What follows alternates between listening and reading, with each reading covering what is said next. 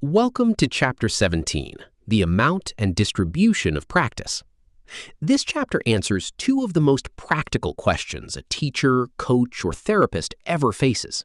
How much should someone practice? And how should that practice be spread out over time? Almost everyone walks in with the same gut answer to the first one. More is better. The dancer who's shaky on a passage should run it again and again. The golfer who can't hit a shot should stay on the range longer. It feels obviously true. But here's the concept that drives the chapter. The amount of practice and the spacing or distribution of that practice both affect how you perform during practice and, separately, how much you actually learn. And as we'll see, more and all at once are surprisingly often the wrong answers. You already got a taste of this in the last two chapters. The same amount of practice produced different learning depending on how it was organized and on how feedback was scheduled. This chapter adds two more levers, total amount and distribution over time. And neither one works the way intuition says. Keep one realistic constraint in mind the whole way. In real life, you almost never have unlimited practice time. A PE unit is 10 days. A season has a fixed schedule. Insurance caps a patient's therapy sessions. So the real question isn't how do I add more practice? It's how do I use the limited practice I have as effectively as possible? Here's the roadmap in 3 parts. Part 1 is about the amount of practice, specifically the idea of overlearning, practicing beyond the point where you've already met your goal. We'll see that a little overlearning helps, especially for procedural skills, but that it quickly hits a point of diminishing returns, and that pushing too far can actually hurt your performance on the real test. Part 2 turns to distributing practice, the difference between massed and distributed schedules, and answers the first of 2 distribution questions. How long and how frequent should your practice sessions be? The answer, consistently, is that shorter and more frequent beats longer and fewer. And Part 3 zooms into the second distribution question, the intertrial interval, the rest between individual trials, where, fascinatingly, the right answer flips depending on whether the skill is continuous or discrete. By the end, you'll be able to define overlearning and know its limits, explain why distributed practice usually wins, and pick massed or distributed schedules by the type of skill. Underneath all of it runs one theme. The amount of practice never works in isolation. It always interacts with how that practice is organized and spaced. Part 1. How much to practice? This is the part that takes the most cherished belief in all of skill learning, that more practice is always better, and complicates it. Let me be fair to the belief first, because it isn't simply wrong. When the goal is genuine expertise, more really is better. As we saw back in the Stages of Learning chapter, the work of Erickson and others shows that expertise in any field takes a minimum of about 10 years of intense practice. For expertise, there's no shortcut and no volume for substitute. But that's not our question here. Our question is the everyday one. How much practice does someone need to reach a specific performance goal in a specific limited block of time? And there, the picture gets interesting. We'll define overlearning. See that extra practice has real theoretical backing and real benefits, especially for procedures we don't perform daily. But then watch it run into diminishing returns, and past a certain point, even backfire. And we'll end Part 1 with the chapter's quiet but crucial reframe. Amount of practice is never the whole story. Let's start by checking the intuition itself. Let me start by holding the intuition up to the light. The more practice a person has, the better they'll perform later. It feels like common sense, and we act on it constantly. The tentative dancer is told to run the routine over and over. The struggling golfer is sent to hit another bucket of balls. And for building expertise over years, that instinct is right. But notice what the last 2 chapters already showed us. In the variability chapter, the same total amount of practice produced very different learning depending on whether it was blocked or random. In the feedback chapter, the same amount of practice produced different outcomes depending on how often feedback was given. So the amount of practice by itself doesn't determine the result. How that practice is arranged matters enormously. This chapter pushes the point further. Even holding organization aside, simply adding more practice within a fixed window aimed at a specific goal is not the reliable lever people assume. Sometimes it helps, sometimes it does nothing, and sometimes, we'll see this, it actively makes test performance worse. So rather than asking, how do I get more reps in, the smarter question is, how much practice does this person actually need, and what else should I be adjusting? To study that question rigorously, researchers framed it around a specific idea: overlearning. Here's the technical term researchers use for studying the amount of practice: overlearning. Overlearning is practice that continues beyond the amount needed to reach a certain performance criterion. The recipe is concrete. First, set a performance criterion. Say, hitting a target with a certain accuracy average, or assembling something correctly once. Then have the learner practice until they reach that criterion, and count how many trials it took. Then, this is the overlearning part, assign a set percentage of additional practice trials on top of that. 50% more, 100% more, and so on. Why would extra practice past the goal help at all? Two of our theories predict it should. From a motor program perspective, the extra practice strengthens the generalized motor program and the response schema for the skill, so the learner can call it up more readily when it's needed later. From a dynamical systems perspective, the extra practice increases the stability of the coordination and control pattern. The movement becomes more robust, less easily knocked off course. And a large review by Driscoll and colleagues, 15 studies, almost 4,000 people, confirmed that for motor skills, overlearning does benefit retention, with bigger doses of extra practice given roughly proportional gains.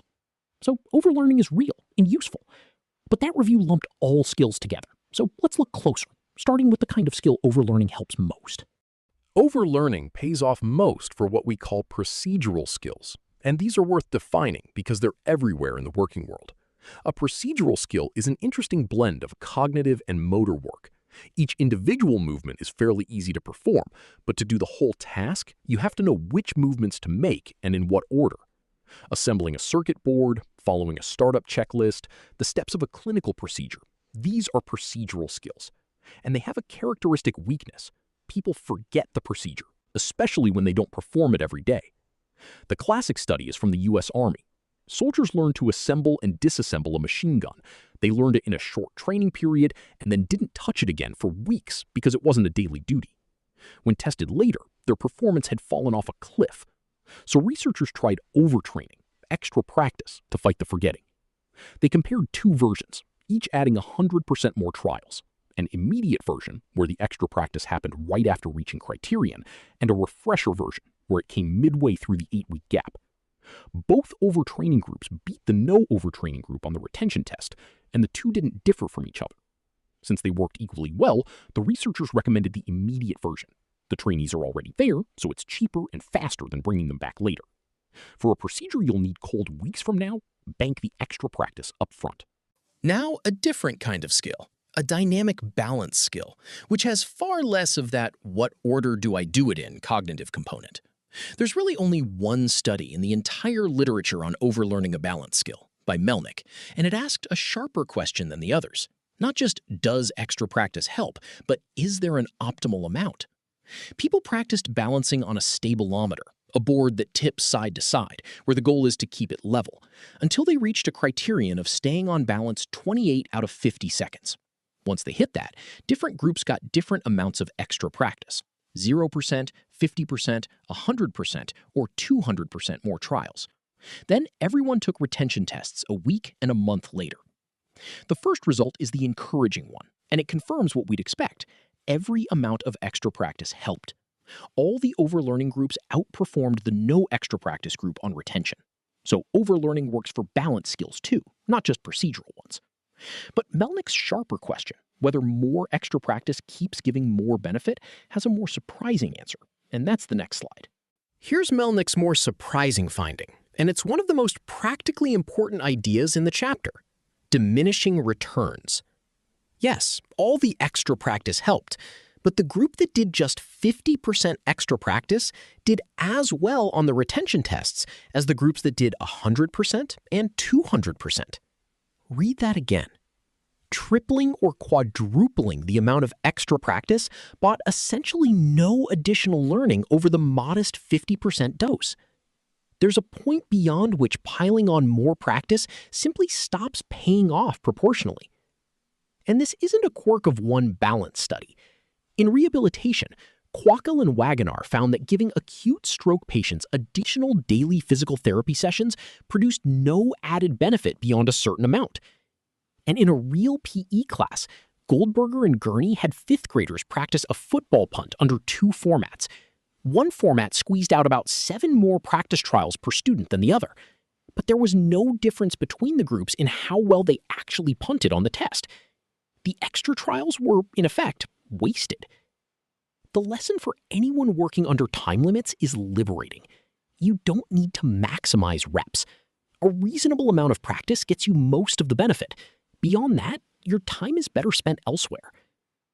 And it gets stronger than wasted. Sometimes extra practice doesn't just fail to help, it hurts. This is the slide that most directly overturns the more is better belief. Past a certain point, extra practice can actually make test performance worse. 2 studies show it cleanly. First, Shea and Cole, the force production task, where people learn to push a handle with a target force of 175 newtons. One group practiced that exact goal for a huge number of trials, 289 of them. Another group practiced the same total amount, but split it across several different force goals. On the retention test of the 175 goal, the group that had drilled only 175, the most repetition of the exact target, performed the worst on the early trials, while the variable group performed best. More repetition of the precise task produced poorer retention. Second, Travlos, who had people estimate the length of a line. 5 groups practiced different amounts, 42 up to 152 trials. At the end of practice, they all looked the same, but on a transfer test, the differences appeared. The 77 and 102 trial groups did best, while 127 and 152, the most practice, produced worse transfer.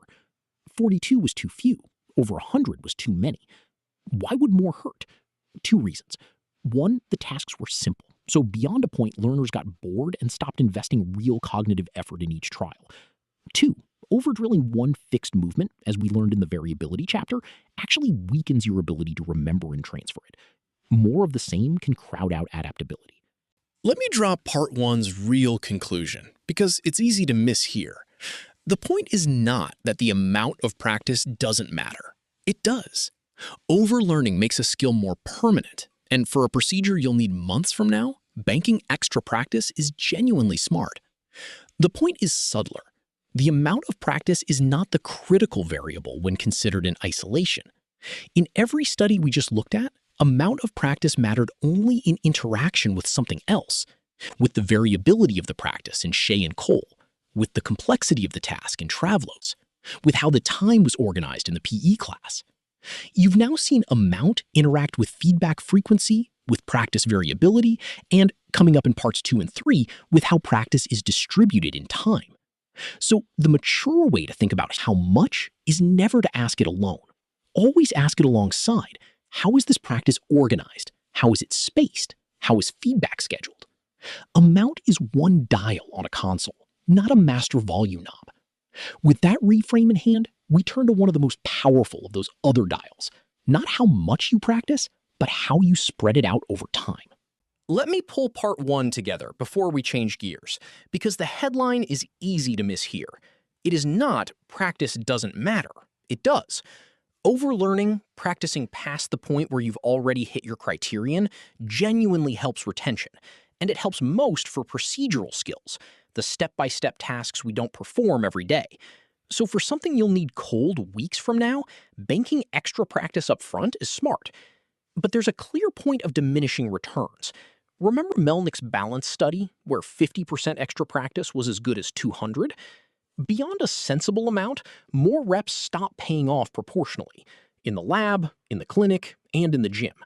And pushed too far, more practice can actually backfire, hurting retention and transfer through boredom, reduced cognitive effort, and the over-drilling of one fixed movement. The thread that ties it together, and the bridge into part 2, is this. The amount of practice never acts alone. It only matters in interaction with feedback, with variability, and, as we're about to see, with how that practice is distributed in time.